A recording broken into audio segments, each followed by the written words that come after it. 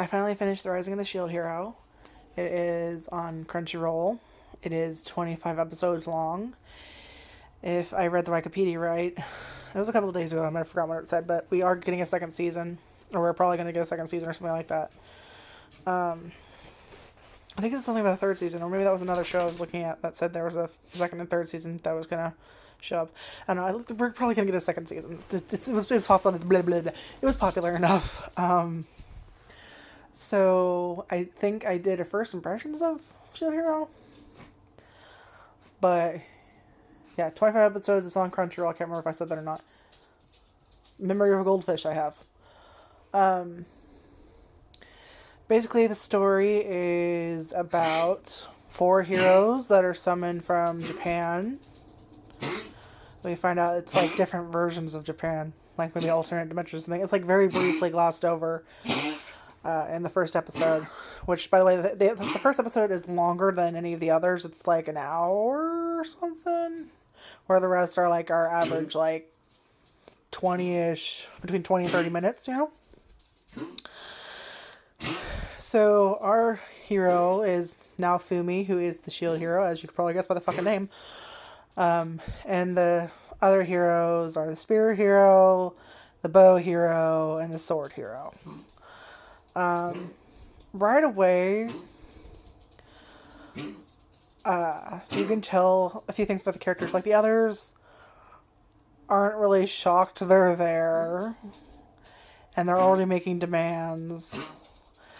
Which I kind of like for once, that we don't just have the, like, of course I'll save the world. No, we have, now Femi, he's kind of like, well, I'll at least hear you out. And then the others are like, you just summoned us out of fucking nowhere. You really think we're not gonna want compensation? Like, you're gonna pay us for this, dude. Like, they put it right out there. All the other three, we want some fucking compensation, dude. You just summoned us out of nowhere, and if you don't pay us, we might become your enemy. Like, they're straight out there. And throughout the rest of the series, compared to Naofumi, things are very different for them. Like, they're actually worship. People actually are excited to meet them. They want to join their parties. You know, their adventure groups, whatever the fuck you, parties, whatever you want to call them. There's a religion around them. And then you have Naofumi, and he's kind of like, at first, played off. Like, they're like, yeah, whatever. They don't really care about him. And then, spoiler for the first episode, if you've been, like, looking at anime memes, there is one going around with one of the main antagonists of Shield Hero, mine. As many of us know, that redheaded bitch. Like, I can't remember what anime, but it's like a picture of someone crushed under, like, a beam of a burning building. Like, the house fell apart, like, a beam is on fire and on top of them. And there's, like I think there's, like two or three people underneath that beam. And then one of them, like, there's two characters, and then one of them has the face of mine, and she's always the one that's left behind underneath the burning building while the others have been saved. So if you've probably seen that meme somewhere. But this year, she has definitely gone down in history as one of the most hated anime characters, and rightly so, because, spoiler, it's the first episode. I don't really consider much spoiling, but she accuses Naofumi of a crime, and, like, when she first appeared, I was like, I don't fucking trust you. I expected her to rob him, and she does rob him.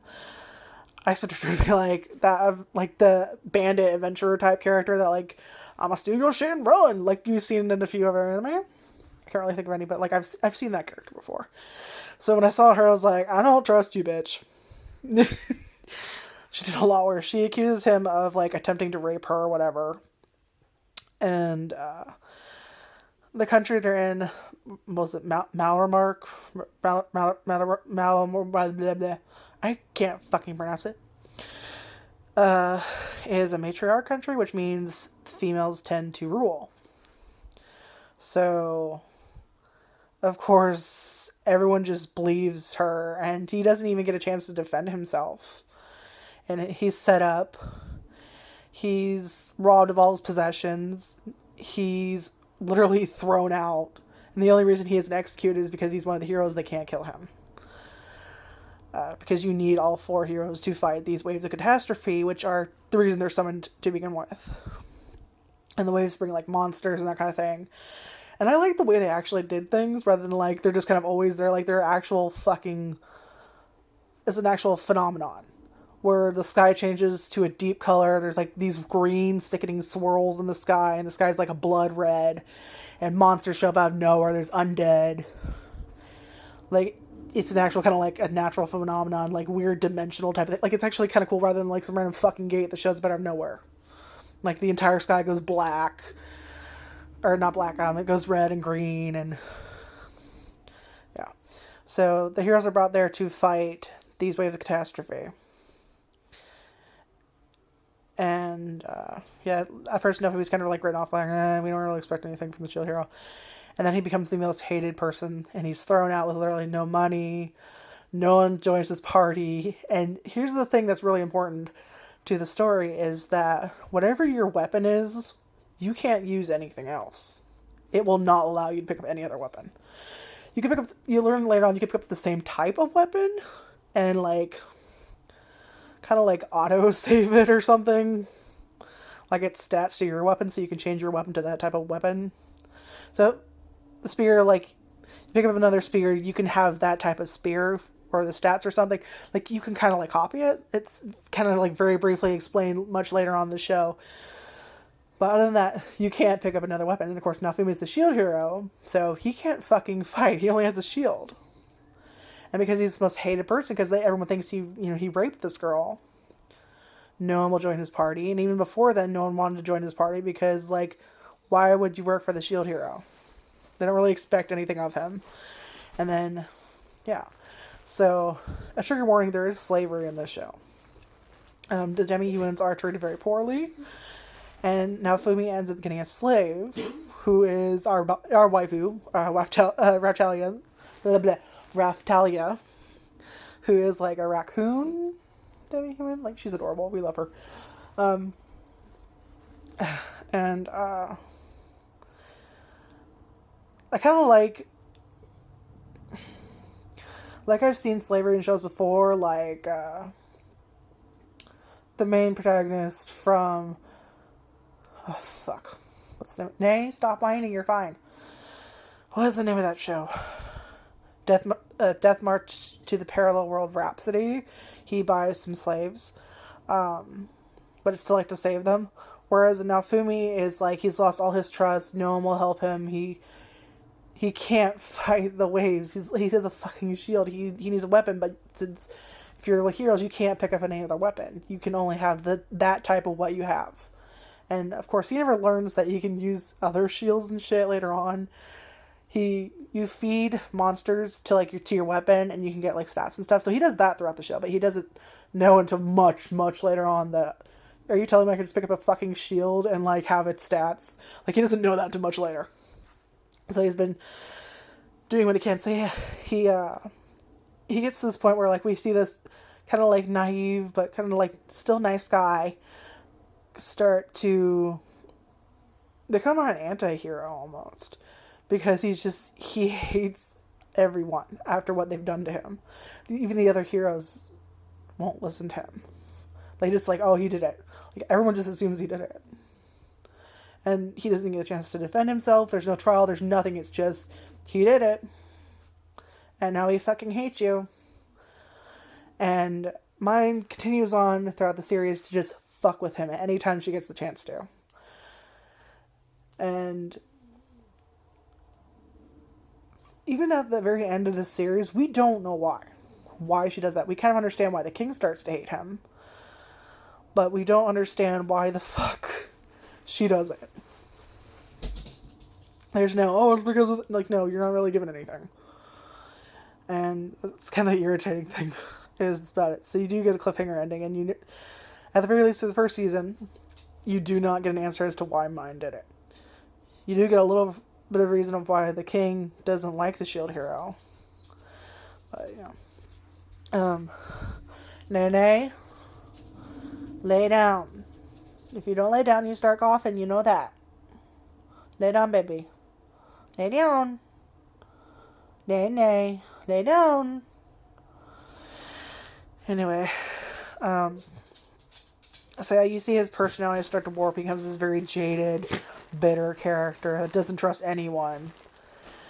And he kind of just has to do things himself. Like, no one will help him, so he ends up buying Raftalia from a slave trader and training her to fight for him because he has a fucking shield. He's not a combat class. He needs someone to actually fight. So that's why he buys her. And the reason he buys her, I kind of like the way they go about it. It's not just, oh, I'm going to save her. No, he doesn't trust anyone. No one will help him. And he's kind of the only one of the heroes actually taking it fucking seriously, that if you fail, people are going to die. If you fail, I'm going to die. Like, he kind of gets that. The others kind of go about it like, oh, I got a high score in a video game. Like, they're always kind of like, it's never really hit them that this is fucking reality. They kind of just go about it like a game. Where Naofumi he understands very much that he's gonna die if he doesn't level up, if he doesn't get someone that can actually fight for him. And the reason he goes about getting a slave is this random guy kind of shows up and he's like, oh, I have a feeling you're going to become one of my best patrons. And he's like, okay, why? Because I have what you need. And we learned that slaves are given a special, like, tattoo type thing where they cannot obey their masters. If they do, they will die. So, like, literally, there's no way that she can betray him. And to someone who's lost all of their trust and has no other options, you're damn right he's gonna buy her. Because he has no other fucking option to fight. No one will fight with him. So she's kind of like the only option. So she's this little girl. She's already fucking dying. She's already ill. So he buys her and trains her and kind of like heals her up. And he actually does develop a relationship with her, where he kind of heals her more as like a family type of thing, where it's quite obvious she does like him. She likes him. And then later on we get Philo, who is our Angel-chan. No, she's a Florial, which is like this bird thing. And she can turn into a human form with like little angel wings, and she's adorable. And like that's his party. Then later on he gets another member, but for the most part it's those two. And then a couple episodes down the road we get Philo. So Raftalia, Philo, Naofumi, and of course, like I said, you get the other character like halfway down the series, like around. I want to say, like, oh god, I left out on episode 15, which is where I'd stopped watching. So I'd seen episode 1 through 14, and then I stopped. And then I finally came back and watched everything. All the first season at least. Like Melty's already shown up. But, so yeah. I really like the show. I like how it's not just that overly goody two-shoes main character. I'm sorry, but I'm fucking sick of that character. I'm fucking sick of it. Music-wise, I like the music. You do get a cliffhanger at the ending. Do we ever get our revenge? Spoiler. For Mine and the King. Yes, they actually do get... His name actually does get cleared. That he did not do any of these crimes. So, like I said, sorry to spoiler. So in the last episode, they actually... put a tattoo collar on her, because we find out that Mine is who we find out is actually the first princess of Mellermac, where the fuck it's called, the kingdom they're in. And she's the first princess. She's still a pathological liar. So her mom finds out and puts the slave tattoo on her, and they're like, "Why are you doing that? That's too much." Like, well, we have to do it because she's a pathological liar, dude. Like, if she lies, it's gonna zap her. So you know she's lying. And she's interrogated in front of the kingdom, and they find out, including the heroes, that Naofumi is innocent. He did not do any of the things he's accused of.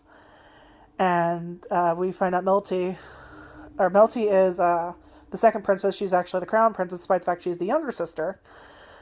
Because no one wants that bitch to be queen. Let's be honest. So, the queen is in charge. It's not the king. Like I said, it's a matriarchy. So the female is the actual ruler of the country. So he kind of like married into it, the king. And so yeah, Nafumi's cleared, and she decides to set an execution for them, and so they're about to be executed. And Nafumi is, despite the fact he hates them so much, and they don't feel sorry for what they've done. They don't regret doing it. They don't fucking care.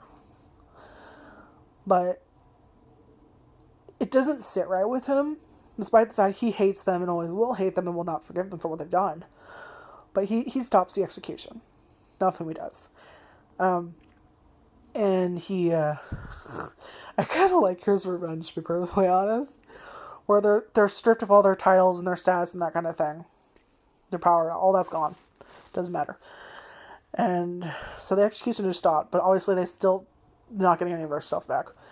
And he decides that the king will now be called Trash as his legal name, and mine will now be Bitch.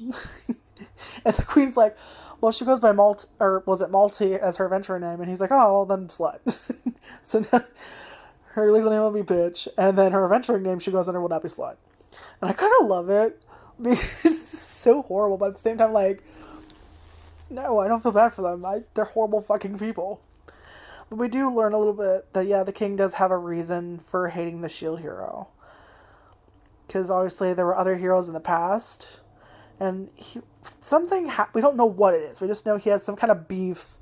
He gives like a very small line in one episode where he's like, I won't let the shield hero take my family away from me again, or something like that. So that's all we really get. But yeah, so Nafumi's cleared, and he decides that he's going to go to other countries and help out with the waves, because supposedly the heroes are supposed to be summoned and fight in different countries, because it's not just happening in one country, it's happening all around, the world there. And what was supposed to happen is the queen held like a conference with the other countries, and they were each going to summon a hero or something. But instead, while she's away, like at that conference, the king decides to summon all heroes to their country. So Nefumi decides that he will help Millermac, but he is going to go off to other countries and fight the waves there. He's gonna be traveling and fighting it. Because it fits him better. Like, don't get me wrong, as the series goes on, there are people that start to support him. Like, he ends up getting nicknamed Savior of the Heavenly Fowl, because he's a traveling. He travels around with Philo pulling this cart, and he ends up being like a merchant selling things. But basically all heroes have their own thing, and some of them have magic. Like Raftalia can use, light and dark magic. Philo can use wind magic. Malta can use water magic. Or I'm sorry, Melty. Melty's the second princess, sorry. She does end up joining his party a little bit, but later on she does get left. She decides she's going to stay in her country to help things out while he goes with the others. What was I saying? Yeah, so he's obviously has shield, so he's a support class, and he also has like healing magic. So yeah, but I like the way he went about it, because a lot of characters, they'll just randomly get all the things they need, where like, no, he actually has to like build up his party on his own. He has to fucking train them. He actually has to, like, he doesn't really get money because they keep gypping him. Like, at first, like I said, he leaves with nothing at first. And then he does get a little bit of money from the kingdom later on, but, like, they do everything they can to fuck with him. Like, taking off money, constantly insulting him. They try and take Raftalia at one point. They try to free her and make it like a public spectacle kind of thing. Where they keep doing horrible shit to him, and it never ends. And just, it's nice to see him, like, or an actual character that, like, isn't just like, I'm gonna forgive everyone. Like, no, he actually gets fucking mad. And he has to learn how to open himself up again. And he has to, like, make his own funds. He has to become a merchant. So he has, like, a little bit of money there. That gets him also a little bit more connection. So he can, you know, like, it. I like shows where you actually get to see a little bit of the building up. Like, that's one reason I really liked that time I got reincarnated as a slime, is you actually get to see him, like, build up the village bit by bit. That's also another one of the reasons, I can't fucking talk anymore, why I also liked one of the more recent anime, Dr. Stone, that's still going on, is you actually get to see him. I have no idea what the fuck he's saying half the time, but like, you actually get to see them acquire things, materials, to make other things, to build up their, you know, their village or civilization, that kind of thing. But they do it in, like, little bite-sized segments. It's not, like, all at once. And just that, I really like that about both those animes. And I like that about this anime. I would recommend watching it. I really like it. I can't wait for when another season comes out. Like, it just ended not that long ago. What was it? I guess it was a spring anime this year. And now we have the fall anime coming out. It's within the year, dude. But, yeah, like, it finished not that long ago, but it's really good. I would totally recommend watching it. I can't wait for the other seasons to come out. We get a little bit of cliffhanger and ending where mine is still being a twat. But,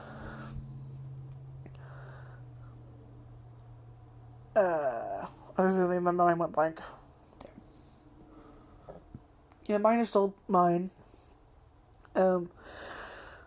We find out at the end that a little bit more about what the catastrophe is, because it turns out there is also a catastrophe in another world, and heroes were chosen from that world, and they're coming over to this world to kill the heroes in this world, our world, where the shield hero is, to save their world. Like, it's kind of, we get all like, what? At the end of the first season. Which kind of sucks, because the two heroes, I end up liking. I ended up liking Lark and, fuck, what's her name? Started with, Jewelry Bitch, whatever her name is. Where she, like, fights with jewels. But, like, they actually temporarily team up with Naofumi and that kind of thing, because they don't know he's a shield hero. And, like, they actually get along, and just, like, I kind of like the battle between them, because there's no hard feelings for either side. But at the same time, like, they got to save their world too. We find a little bit more about Glass, who you see in one of the episodes. They fight in, like, one of the waves. After he pulls out the Iron Maiden, we find out about Glass, and turns out she's also one of the heroes. She's the fan hero. And so, yeah, we get a little bit of that, whatever this catastrophe is, it's happening to multiple worlds, and we introduce to the Florial Queen. Like, Florials have queens, and then there's, like, we'll call it, like, an epic queen or something, whatever the fuck it is. It's, like, the actual Florial Queen. So there's more, like, candidates, I guess. And we get introduced to her, and turns out she has some connection to the past heroes. And, it's fucking cool. It's awesome. I really like the anime. I really recommend you try it out. It made me cry quite a bit, like, especially that first episode, because I felt so frustrated for him. I really liked Naofumi. And just, like, out of all the heroes, he didn't demand, he didn't demand money right away. He didn't, like, harass them or anything. He never yelled at them. It wasn't until, like, what was done to him that he started to get so bitter. So they have, like, little figurines of him out, and I want to get one. And one of them has, like, these weird... Okay, like, the first monsters he ever, like, defeats are, like, these weird balloon... Like, they're orange balloon thingies. They fucking pop like balloons. And they like, growl, and they got, like, sharp teeth, and... Like, he, for some reason, always fucking carries them under his goddamn cloak. Like, we don't know if he always carries them, but, like, on 3 some occasions we see him use them. Where he goes to the merchant, he has them on him when he fights Motoyasu, who's the spear hero, who keeps fucking with him. Also, because guess who bitch likes? The fucking spear hero, and of course he's a fucking idiot. He's the guy that's like, I am awesome, ha ha ha. Like the guy that's way too full of himself. And easily manipulated. And I'm not sure if she just likes him or if she's just using him. He's a fucking idiot and bitch is on his team. And of course, Aoteasu believes her. So he's often trying to fight Naofumi. But, like, even as, like, she's getting, like, tased from the fucking tattoo or whatever. Because if you lie, it zaps you. The slave tattoo. He doesn't really want to believe it at first. And it's just... I don't know. It's just fucking awesome. I've seen it, like, what, 3-4 times now? But just, it's really good. Go watch it. Like I said, it's on Crunchyroll. It's worth it. I'm definitely going to check out the second season whenever the fuck it comes out. I don't know when it comes out. I just read a little bit of the Wikipedia where it's like, we're going to get a second season. I'm like, cool. Anyway. So, bye.